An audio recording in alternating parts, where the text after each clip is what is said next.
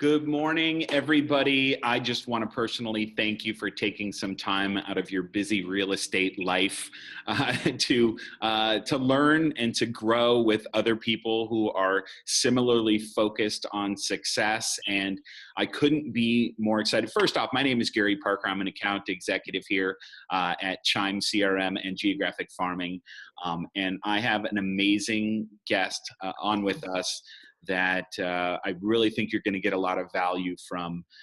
It's Sarah Richardson. She's with True Realty, which is an amazing boutique agency here in Scottsdale, Arizona. And something that makes them unique in the industry, and I'm sure you can attest to this, is that the majority of the agents that work with her are full-time. And if they're not, they're working to become full-time, and they're very highly specialized. And she really takes pride in hiring people who have that passion for real estate and for helping people and to change the business. So Sarah, thank you so much for joining us today. Thank you for having me. Yeah. It's exciting. It is exciting. And I think that the two things that we're going to be covering today are really probably the most important things, and that's branding and client experience. First off, of course, we need to get in front of people and make sure they don't forget about us in a sea of real estate agents. But once you capture them, you have to make sure that you're giving them value along every step, that you're being transparent with what you're doing, and that their experience is second to none. So personal branding and client experience, I couldn't be more excited to hear what you have to say. So if you are good to go, I'd love to hear you. Okay, great. Yeah. Thanks for having me. I'm really excited. This is my first webinar, so just a little bit nervous, but it'll be, hopefully I'll provide some value here. But the first is, I wanted to talk about what really is personal branding. When we talk about personal branding, I think we're referring to establishing and promoting what you really stand for. Your personal brand is the unique combination of skills and experiences that make you and make your business. And effective personal branding will always differentiate you from other professionals in the real estate field. So the second one here is, what are you known for?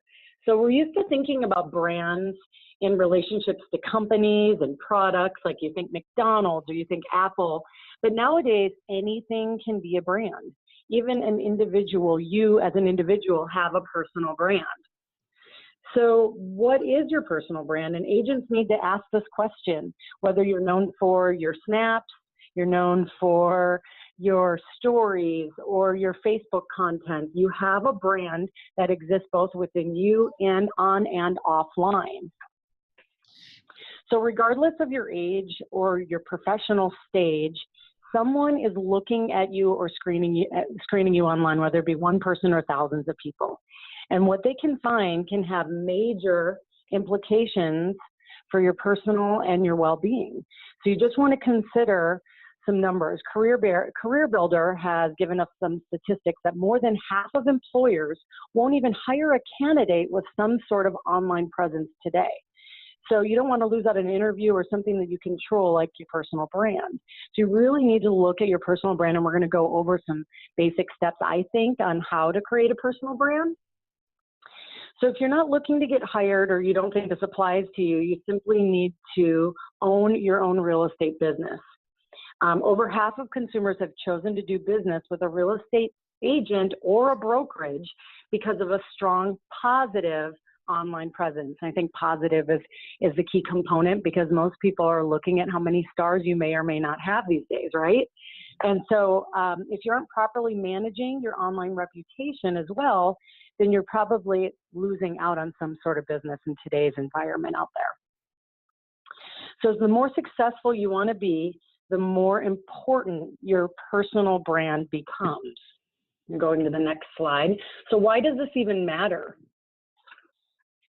Numbers aside, the most important reason to focus on personal branding is to help yourself and your business. Think of building a brand as an additional channel for growing your own success. Personal branding is a painless step, but it's also a timely step in working towards your goals. Regardless of your personal status or how seasoned you are or are not in real estate, your personal brand has the power to make or break all kinds of opportunities for advancement. When building your brand, it can start to feel like a job, and we need to remember it's an essential part of cultivating our careers. And so building and optimizing your profiles, all of your social media profiles, generating content about you and your work, identifying your goals and building a strategy, and this can all feel really overwhelming. But once you've established a strong foundation, you'll have a roadmap to follow, which makes the whole process a lot more manageable. You know, Sarah, hey, so real quick, you mentioned adding content, and I know that an important thing is that you don't want to always just be posting and asking for business. You want to give value that somebody can take away. Where do you find the content that you're posting? I mean, do you write it all yourself, or do you have experts that you follow? Like, where could you get something like that? Personally, at True Realty, we have a few different content strategies. Right, I personally write a blog every month. We have our director of sales write a blog, and each one have a different kind of direction. So mine really comes from leadership and what we expect from our agents and our brand position in the marketplace.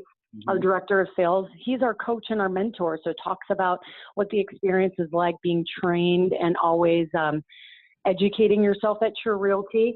And a third blog that we write, it comes from one of our agents within True Realty talking about what their experience is like in the Phoenix marketplace. So when it comes to creating content through our blog, we have 3 strategies.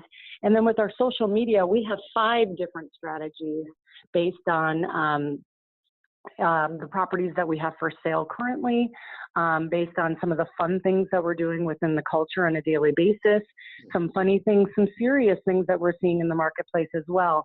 And there are 5 different people within the True Realty brokerage that take on different social media strategies. So, I mean, from a brokerage level, we have to produce a lot more content, but as a single agent, you want to make sure that you're producing content probably on a daily basis that's relevant to you. Yeah, that's awesome. So it sounds like you're balancing real estate and real life. So kind of letting them know a little bit what makes you different, but then also what's going on in the industry that you need to be aware of. Yes, absolutely. Well, thank you. That's awesome. Sorry to jump in there. No, please do. Please do. I'm just kind of going through the motions here. So I love having candid conversation. Yeah. Okay, so the next, we're in why your personal brand matters. So next one is regardless of, oops, sorry about that. Lost my train of thought here.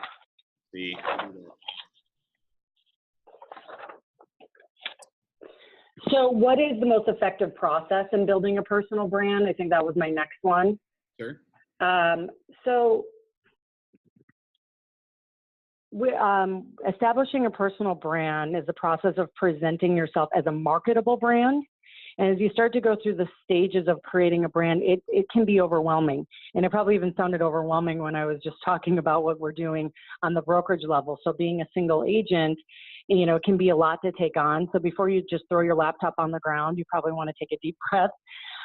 Think of building your brand as an ongoing process that can be broken down into more like digestible phases. You don't have to go from an inactive Facebook user to a top influencer on Snapchat overnight. This is just a process that's slowly created as you grow your business. So the first thing you want to probably do is build an online presence that reinforces your qualifications. When someone looks you up online, they need to see a strong presence with fresh content, just the blogs, just a lot of things that we were just mentioning with social media in your area of expertise. So in order to look the part, I think you need to do 5 major bullet points. You really want to audit your search results by Googling yourself, seeing what comes up, and before you build your personal brand, you want to make sure that the things that are coming up in Google are probably things that you want to reflect you on a daily basis. So if it's an article from your high school play 12 years ago, or if it's some result from your aunt's blog from 2002, these things aren't hurting you, but it's probably not helping you grow your business. you don't want to worry about what you find because some things really could be causing a knee-jerk reaction. You just want to make sure that everything you're dealing with will help reflect what your personal brand strategy could or will be. Additionally, you want to clean up any content that doesn't fit your desired image and define yourself and your personal brand. And we'll kind of go into what I mean about that in a moment. And building an online presence that reflects your brand and your expertise. So following a personal brand strategy and sticking to your timelines is the next one. So regarding cleaning up social media, you probably want to look at building your personal brand. And once you know what kinds of search results are closely attached to your name, you can take steps to remove them. So start with the easy wins. This means like removing posts, images, videos, and comments that you can simply unpublish or delete, and take some time going through your social media profiles. I would suggest getting rid of anything that doesn't fit your vision or your personal brand. Additionally, you want to probably look at things like unprofessional behavior, unprofessional communication styles, heavy drinking, or potentially any previous drug use, criminal behaviors. And, you know, the public doesn't really want to see a lot of polarizing views. So if you're talking about things that are related to politics, religion, race, gender, all those things you probably want to neutralize when it comes to creating your personal brand and social, especially in the social media arena. Additionally, any kind of bigoted or violent behavior tend to create negative opinions of you and the experience that someone's going to have working with you and your brand. Mm-hmm. So after you clean up your existing web profiles, you can really start to think about the personal brand that you're trying to build. And you want to create your brand by identifying unique elements that make you and what you really care about. So what is your brand? What do you want to achieve by putting effort into how you look online? And when you figure out these things, you want to start to ask yourself a few questions. So who are you? What makes you and your business and the things that you're focused on unique? And what is the vision for your personal brand?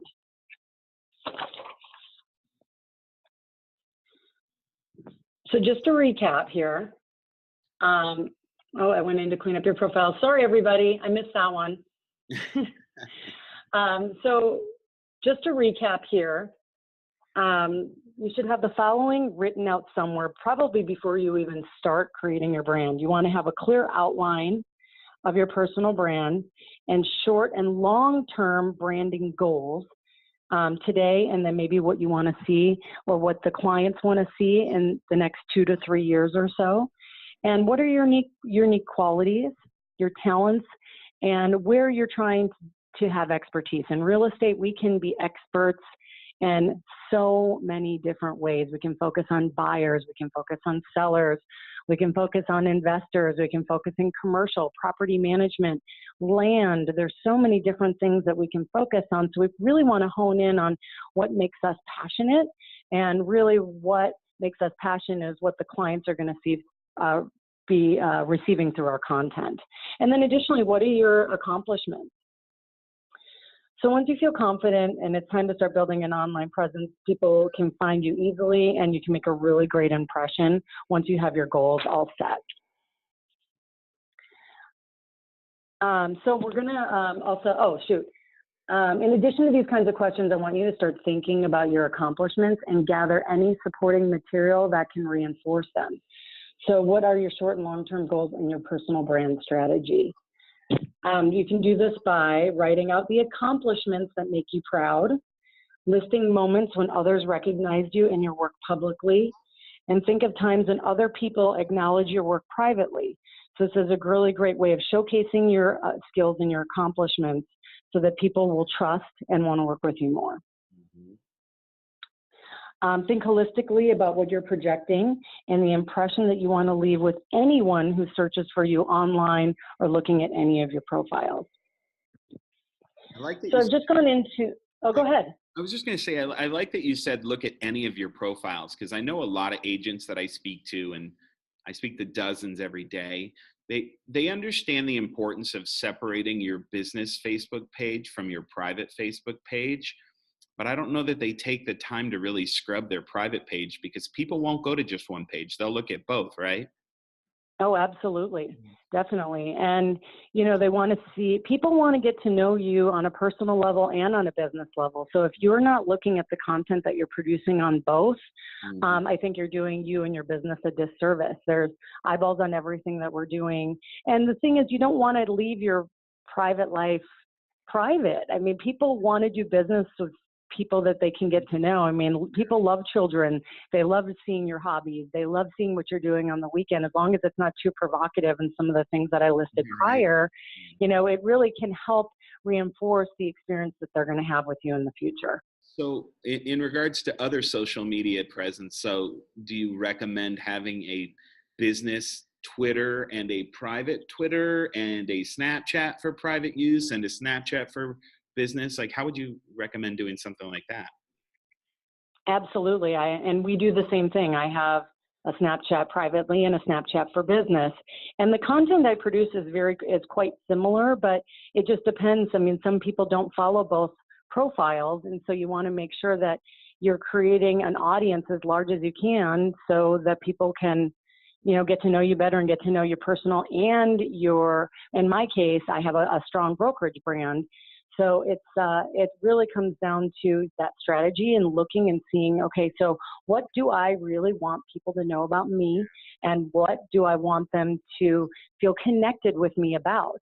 Because the more connected they feel with you online, the easier it is to be able to convert them into a client later on. So it's truly just assuming that they're going to look at everything, and then you being comfortable enough to know that if it was down to you and one other agent, that they could look at anything and feel good enough that it's you that they're going to select. Correct. Yeah, that's awesome. Good. That's good stuff. Sorry to jump in again there. Let's go. No, that's okay. That's okay. And my notes are all over the place, so if I sound choppy, I apologize, everybody. You sound great. You're doing amazing. First webinar. Okay, no worries. So I was going to move into more the client experience part. And so the client experience is kind of a hot button throughout, I think, every single industry right now, because before, you know, it didn't matter what product you were creating. I think it really came down to whether the consumer or the client liked the product or liked the end game. So now in the real estate business, creating exceptional customer experiences can set them apart from their competitor. And this comes on the brokerage level and on the agent and the team level. So many people in the real estate, especially the real estate industry, are asking this question: what do the customers want? Because finding out what they want is key to success these days. And the savviest of executives, you go to any conference, this is really what the question that they're asking, and rightfully so.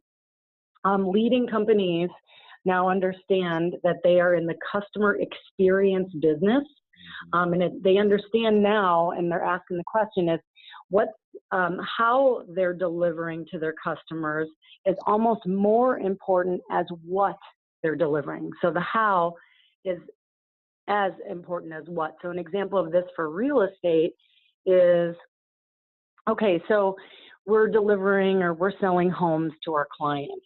And before it used to be, okay, I'm finding the house of my dream. I'm helping my client find the home of their dream.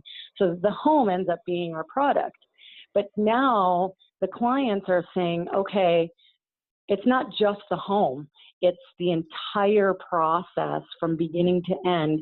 And that process of the buyer presentation with my agent, the escrow process, opening escrow, the due diligence process, which is really emotional for most buyers and sellers, the appraisal contingency, the loan contingency, all these different touch points throughout an escrow process need to be positive.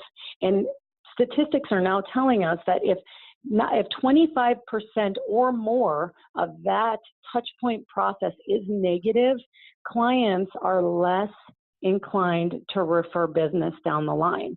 And that's huge. So we really need to look at what their experience and the touch points that we're having with our clients from beginning to end. And that's one thing that we push really hard at True Realty and with our agents is really giving what we call a white glove real estate service, so that the client from beginning to end is having an amazing positive experience. Yeah, they So if shouldn't we have look to at the, reach out to oh, you. go ahead. They shouldn't have to reach out to you on a regular basis because they feel it's been too long since the last conversation and they're wondering what's going on. They should be a breath Right. And, process. Yeah. and, and it's a problem we're seeing with teams, because when you onboard a client with a team, many cases, they talk to the team lead once, and that's usually the person they may have that trust and rapport with, but then they get passed to a buyer's agent.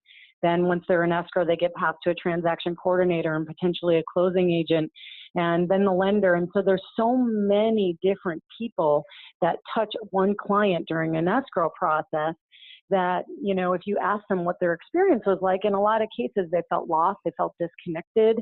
They really didn't know what happened. And a lot of times the communication is flawed during that process. So it's super critical that they understand what's happening next so that they can have a great experience, because the clients now want to know what's going on. They want to have control and they want to feel connected. And your team might be working on, 20 deals, but that client's only buying one house. This is pretty darn important. Right. Yeah, exactly. Yes, it is. Yeah.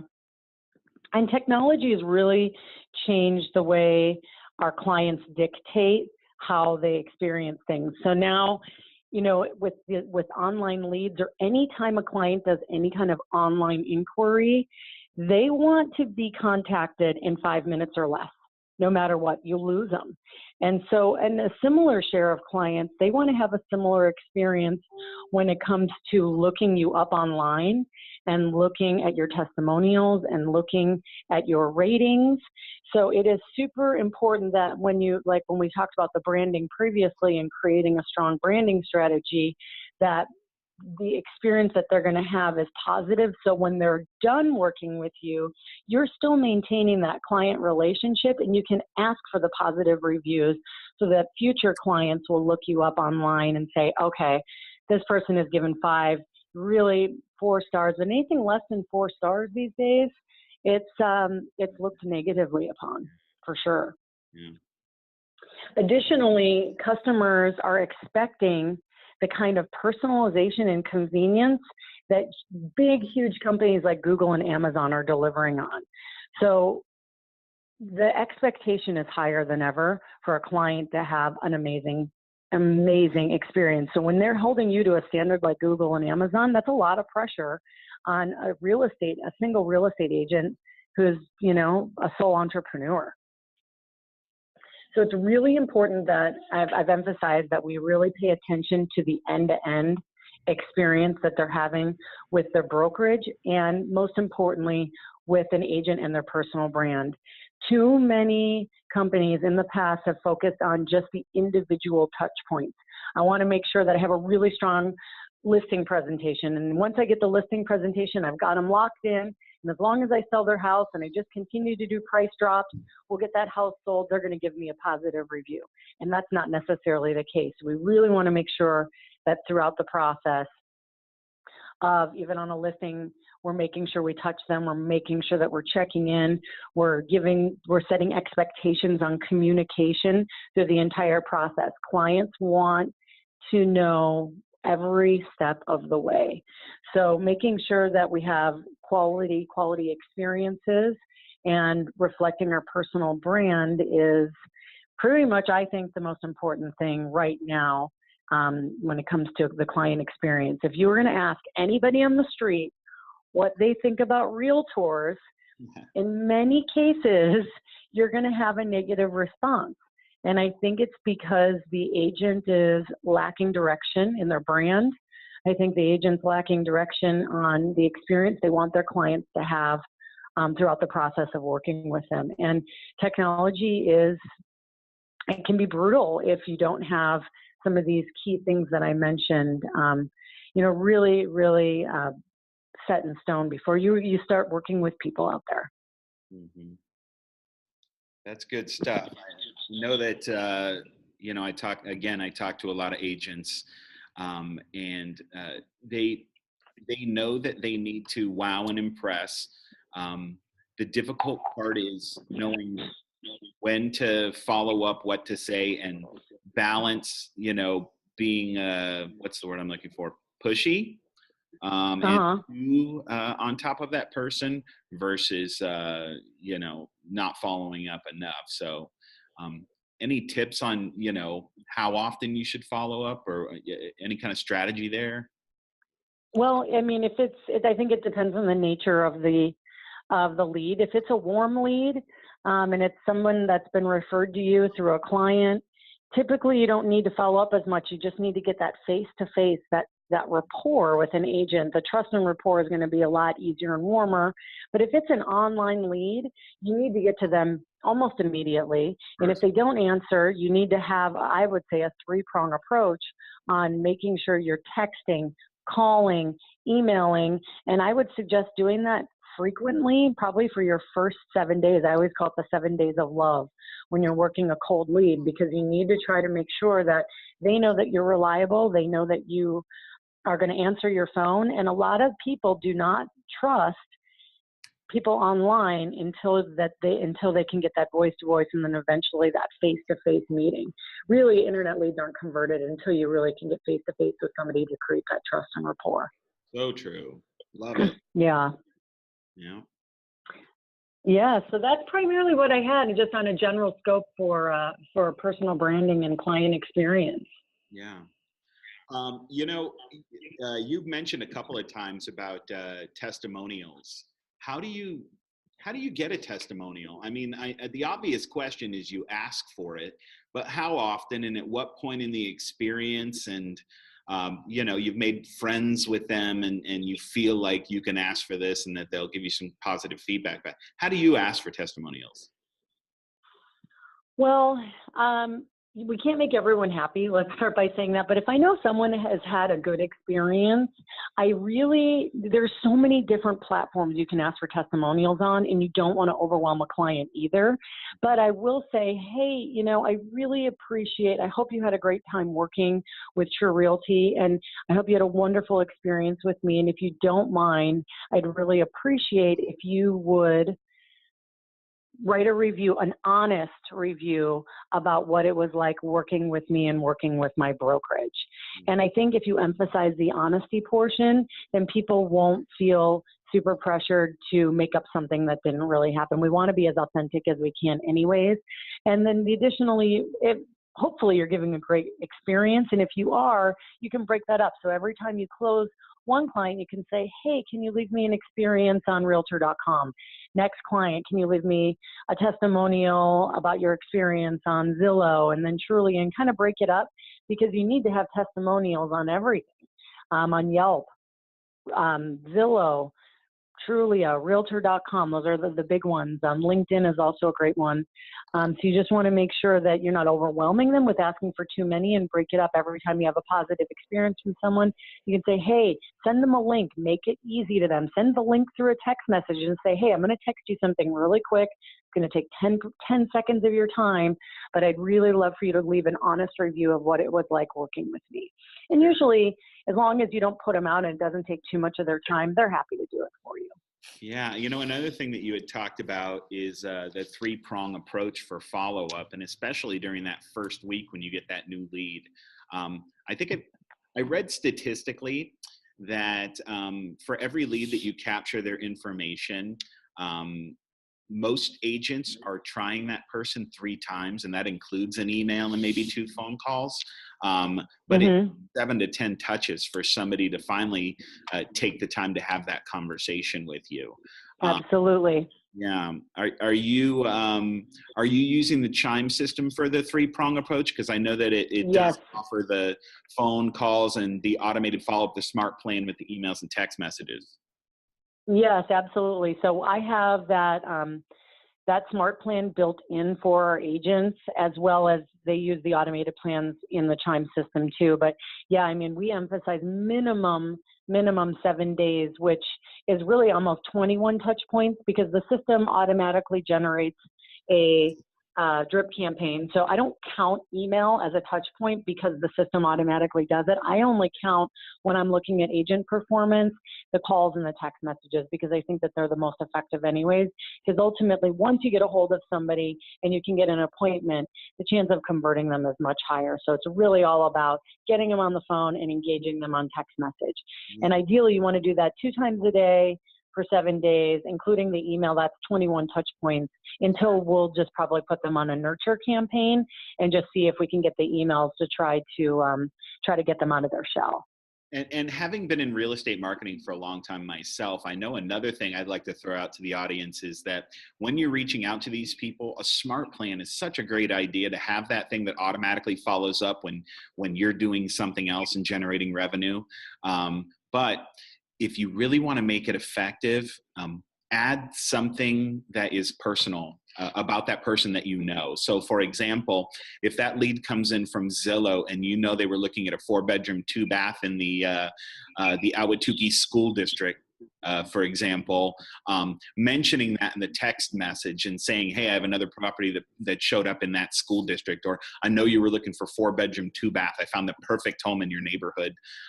Just so that they know this isn't a canned message that's going out to everybody, although it could be.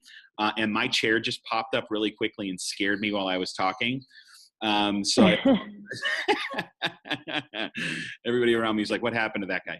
Anyway, but if you can add something of note, like a recognition of where that lead came from, or a recognition of what that person is looking at, you can get a lot more replies as well. Would you agree with that? Do you have any other tips on somebody to reach out? Yeah, 100%. Well, the Chime system is so awesome because you can see what home they're looking at. You can see how many times they've looked at it. And if they go back to the same property, you'll even get an opportunity, or you'll get a push notification saying, hey, you have a new opportunity. So-and-so has looked at this property in Ahwatukee 3 times. You can say, hey, I've seen that you're looking at this house in Ahwatukee. I'd love the opportunity just to give you some more information, or to meet with you to talk about why or why not this home may be valuable for you. So yeah, the system, and I think the smart plan is one step up from just a basic drip campaign. It really has a 3-prong approach with the email, the text, the call, the email, the text, the call, because everybody has different ways of communicating, and you don't want to assume you know that form of communication right up for that. You want to try every single way until you can find which way is comfortable for the potential client. Yeah, and the fact that it incorporates the text messages in that smart plan is so deep and important. And everybody out there, I want you to think about this. How often do you open an email from a solicitor? You know, if you went and looked yourself the first time and that's how they got your information, maybe you look at it 20, 30% of the time. But when's the last time you got a text message that you didn't open? When is the last time? It's like 100% open. So having that is amazing. And I'm just going to throw out there, because that's part of my job, is that first off, I believe that Chime is the best CRM out there for real estate for a couple of reasons. One is we're kind of new to the game, and you might think that that makes us not as solidified in the marketplace. It's actually completely the opposite. What it means is that we got to go out to our competitors and see what worked and what didn't, make sure we don't fall in the same potholes, and we get all the really cool stuff and we make it even better. We are mobile first, which means you can do anything in Chime from your tablet or your cell phone. It's not a great CRM on your desktop that has a half-ass mobile version. And when's the last time you did your job from your office, Mr. Real Estate or Mrs. Real Estate person, right? Right. And third, you know you need to be following up with people. And if you're not following up with them at the level that Sarah was talking about, you're not doing the email, the text, the call, the email, the text, the call, because you're just too busy doing many other things, then you need to have a system like this in place, or you need to do it manually. And we know that manually is not an option when you're busy. And if you're not busy, well, we need to get working on that too. But Chime CRM right now, we have a promotion going on for the month of May. It's called Spring into Action, and we're offering 10% off of Chime and geographic farming if you want to generate leads through postcard farming as well. 10% off through the end of the month. So if anybody out there is interested, please let me know. You can hit us up in the chat box or hit me at Gary@geographicfarm.com. So that's my sales pitch. But I'm telling you, if you don't have something like this in place right now, this could be the catalyst to taking you to the next level. And you get people like Sarah and I who are so passionate about this, and we know what, needs to be done. And maybe you know what needs to be done, but you need a little guidance. Well, we're a lot more than a little guidance, but we'll help you out. We'll hold your hand. And, I'm proud of what we do here. I'm off my soapbox. Does anybody have any questions? Let's open it up to questions. You can go into the chat there and let us know if there's any other questions about branding or customer experience for Sarah. Sarah, do you have anything else you want to add real quick there? Well, I can give you a little plug too. I mean, I'm just, our entire brokerage is using Chime. When we onboard new agents, we highly suggest, I mean, I can't force an agent to use a product because they're an independent contractor, but I mean, we highly, highly suggest that they use Chime. It's the way we pass out internal leads, internet leads to our agents, but more importantly, it's just a great way to stay organized. And it is by far, I think, the best CRM out there for residential real estate agents. And you didn't mention the walk score. And I think that that's probably one of the best technologies is that walk score. Anytime you upload a lead that you met on the street or an internet lead that you may get that's auto-populated through the brokerage ecosystem, you get a walk score, and that walk score can predict when someone is or isn't going to buy a home. So if somebody comes in as I guess the walk scores, what are they, 50 to 100? 100 means they're going to buy tomorrow. 50 means they're going to buy in 2 years or so? Yeah. And those are really, really powerful. So you can really gauge on how much time you want to spend on somebody right now, and then potentially just nurture them through the process and, have touch points with them, every month or so until maybe they are ready to purchase a property. So I just, that tool is just really special. So it's about knowing who to call, what to talk about, and when to call them. Yep. Right. And then instead of doing that shotgun approach by calling everybody all the time, you can really, be a little bit more strategic about, okay, I've got a 90 walk score and a 65. Still going to call the 65, but I'm going to blow up the 95 because I know that they're pretty hot. Yeah. That's phenomenal information. Yeah. I'm so thankful for you coming out today. I'm super thankful for everybody that joined us on the webinar. As a reminder, 10% off Chime and Geographic Farming through the end of this month. Gary at geographicfarm.com. But I just want to tell you that, there's an investment to be made here. And I know in real estate, you get about 10 to 15 people every hour calling you for your money. I get that. But I want you to know that we're an investment. We're not an expense. And if you take the time to reach out to people effectively, and then you nurture them and give them that customer experience that Sarah's talking about, that's going to generate the listing appointment, and that's going to turn into the listing because you're so amazing at closing deals. And then that's going to turn into the referrals, and that's going to get that big ball rolling downhill and getting bigger. So we do have a question here. Brian, is it being recorded? Yes, it's recorded. We'll send it out, guys. No worries there. So if you registered, we'll send out the recording. But again, just to kind of finalize everything, thank you for showing up. Make sure you clean up those profiles so that you can be proud of who you're representing online, so that they know you personally, as Sarah said, and they know what you can do professionally. We are setting up our webinar for June. We got some big things in store. We'll let you guys know what that is when we've finalized everything. We just want to, cross all the X's and such. But Sarah, thank you. I hope you have an amazing. Thank you. And keep kicking butt out there in Scottsdale. All right. Thanks, guys. Have a good day. Bye. Bye, everybody. Time on.